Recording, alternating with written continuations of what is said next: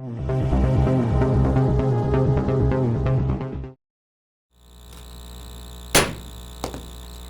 time I'll call the February 20th, 2020 meeting to order for the Dickson County Commission. Would you please stand and join in the flag salute?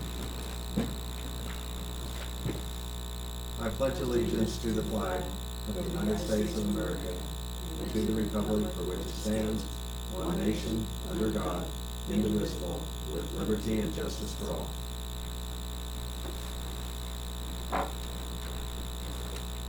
We have two items to add to our agenda. First one is the approval of the 2021 Noxious Weed Management Program. The second item is to consider the approval of the Title VI Civil Rights Plan. And I would move that we approve the agenda as amended. I'll second it. We have the motion and the second for amendment of, for approval of the amended agenda. Is there any other question or discussion? All in favor say aye. Aye. Opposed? Motion carries. Okay, the consent agenda, that includes the minutes of the February 13th meeting, also payroll of $405,574.93, wire payments, credit cards of $17,603.66, utilities of $7,379.05, abatement of $96.36. I move to approve the consent agenda. I'll second it. We have the motion and the second for approval of the consent agenda. Are there any questions or comments? All in favor say aye. Aye. Aye. Opposed? Motion carries. Craig, we'll go ahead and start with you with on commission comments. Nothing. Ron? I recently come back yesterday from the Juvenile Detention Center meeting. They had their annual report on their audit and have done real well. We were glad to hear that. The commission consists of approximately 12 people surrounding areas that serve on that board. The auditors were really happy to hear how quick the audit went, how well it went, and they're operating within budget guidelines and operating profitably. We're glad to hear that. So, Okay. About the only thing I have is I had a visit with one of the directors of the Society of the 1st Infantry Division, and they had mentioned as former Mayor Phyllis Fitzgerald of Junction City that they're pleased of the support that Dickson County offers to help with kind of the community partnership over at Fort Riley, and so that's all I had outside of our regular meeting. We did have earlier this morning, we had our Public Building Commission meeting, and procedurally went through that, the annual report, and also received an update as far as the jail progress and where we are on that as far as construction. Also, we had a brief discussion about the possible merger proposal with Marion County and Dickson County for Extension Office. I think Brad's going to cover some of that in his report. And then also we had Sherry Massey here, and she just gave us an update as far as some of the security issues and tech issues that she stays on top of as far as securing computers and things that take place to make sure we have the firewalls and everything secure in place. And that's all I have. At this time, if there's any public comments, anything that is not on the agenda, this is the opportunity to do that.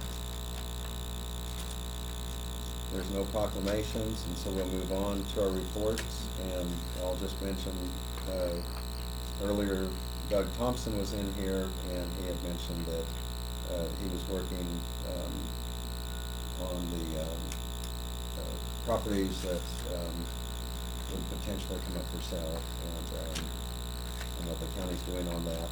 And Brad, we'll go ahead with your report. Okay, in your package you've got, Tuesday we had the bid openings for the bridge project at 2790 Fair Road. And we were very fortunate that we received 5 viable bids that all met the requirements.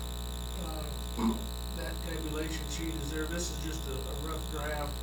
Next week it is our intent to have the formal proposal back to you with the contract to accept that, but I just want to give you a report on how those come in. You can see that, the high bidder was, 1.430 million, and the low bidder is 1.227, which was O&M Construction, so, the engineer's estimates for that was 1.2 million, so they weren't very far off.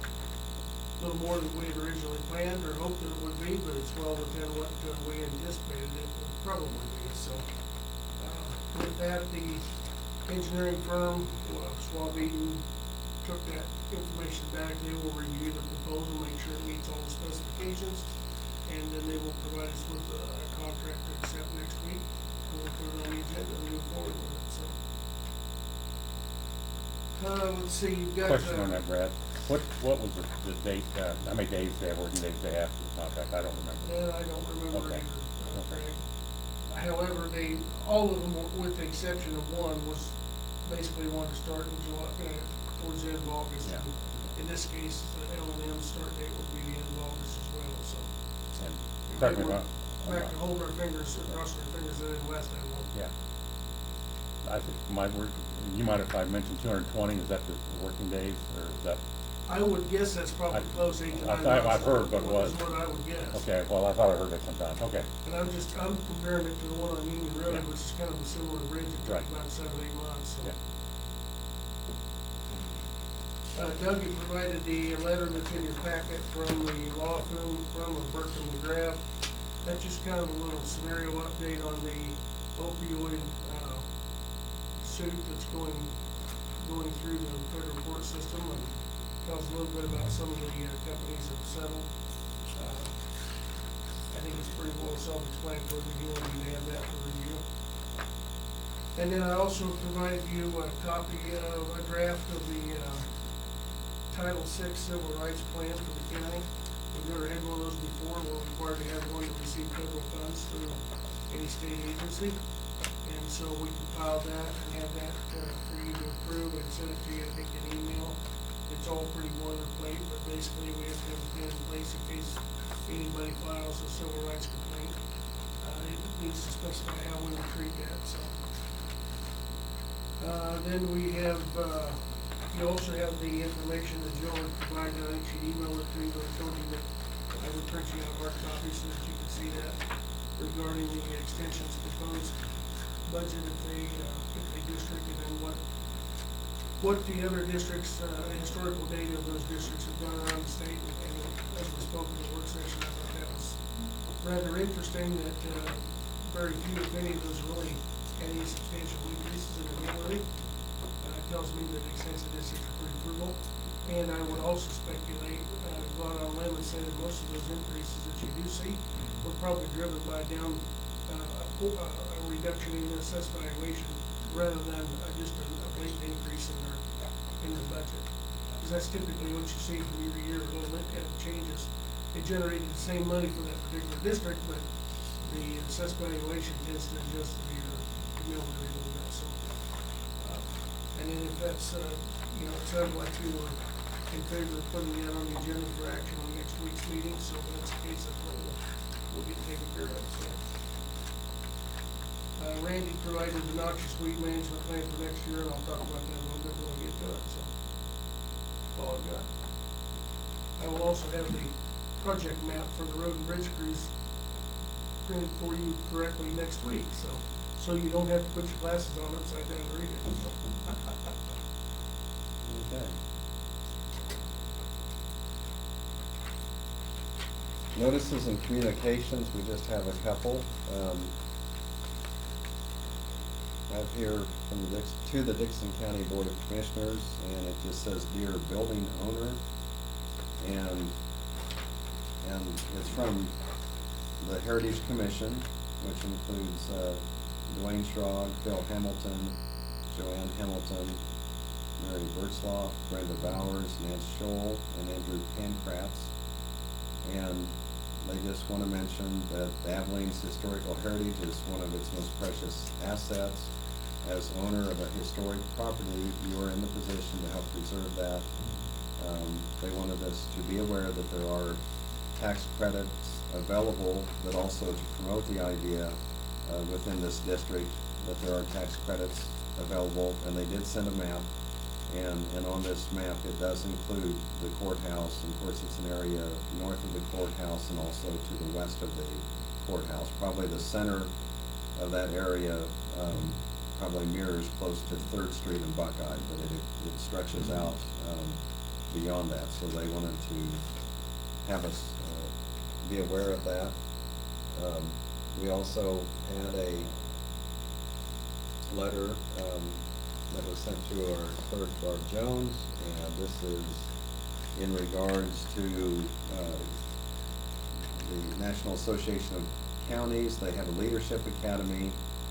They do have a $1,500 participant scholarship grant available for a county employee. And what this particularly is for, the way it looks like, is it's a scholarship for a leadership development program course led by General Powell, Colin Powell, and others. It's an online leadership course. And so the program retails at $1,995, and there are scholarships available for that. We'll look at it closer, but I do not think this is a scholarship they would pay the $1,500 to one individual. Perhaps they would, but I think they're looking for multiple people to participate, and so it still would, it would involve a little bit more. But anyway, that's something that's available for our review. Was there any other communication that anyone had that they would want to make that available? This is not Comment on it. communication. I know KCCA has approached us about going to Liberal for the spring meeting, and I'd be willing to attend. I think it's only fair that they have to go to Kansas City and stuff like that, but we should do it on ourselves to go to Western Kansas. So I'll be attending if they decide to have it out there. Well, that'd be great, and they do, and we have representation at the annual meetings, and I think Craig makes a good point. You know, sometimes it's more convenient when things are centrally located in the state, but often they are in Topeka or sometimes Kansas City, and those out in western Kansas, they make intentional efforts to drive clear across the state to attend meetings, and so they are considering a meeting out at Liberal. Craig, do I need to let them know that we attend if they have it out there? Yes, yeah, I would, right. Already from Warren Mill, I think, she's a county administrator in Sherman County, I'll let her know she will let the commissioners know. And I had a conflict that particular, it's the first week of May or first part of May, and I had a conflict where I wouldn't be able to attend out in Liberal. Yeah, I'm not sure when it was, Brett, or then.